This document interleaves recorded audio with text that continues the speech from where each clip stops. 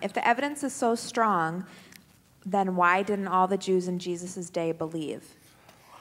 Well, very good question. Why doesn't everyone today believe? I mean, there's a lot of rational people who don't believe. The shortest response I would give is this. Because we're not just rational beings. We're much, much more complex than that. In fact, the more we know about neuroscience, the less rational we appear.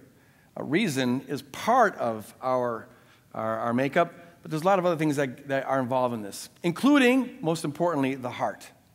The heart. And the mind will never be convinced about something that the heart is absolutely set against. So if you're getting life from a belief, whether it's the Quran or your particular brand of Judaism or whatever, if that's life, your source of worth, feeling fully alive, is invested in that, and believing in Jesus means that you have to give up that as a source of life, well, then you won't be convinced.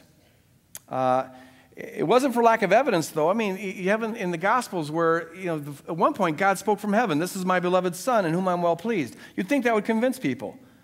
But the Pharisees said, it thundered. It thundered. It was a peculiar thunder for sure. It almost sounded like a voice, didn't it? But it thundered. There's always alternative. God doesn't ever checkmate us into a corner where we can't possibly deny a truth. There's always a way out. There's always a counter way of explaining things.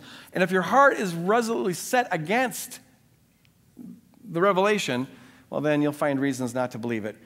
That is, I think, now I want to be careful because I don't want to say that everybody who disagrees with me or disagrees with the New Testament is therefore has a hard heart. Because it may be that they just haven't ever really looked at the evidence or it hasn't been presented in an intelligent way or whatever. Only God can judge the heart. I'm just saying that it's possible for a person, and I preached on this a couple weeks ago here at the church, it's possible for a person to have all the evidence right in front of them and have all the compelling reasons that should be needed and yet not believe because of the orientation of their heart.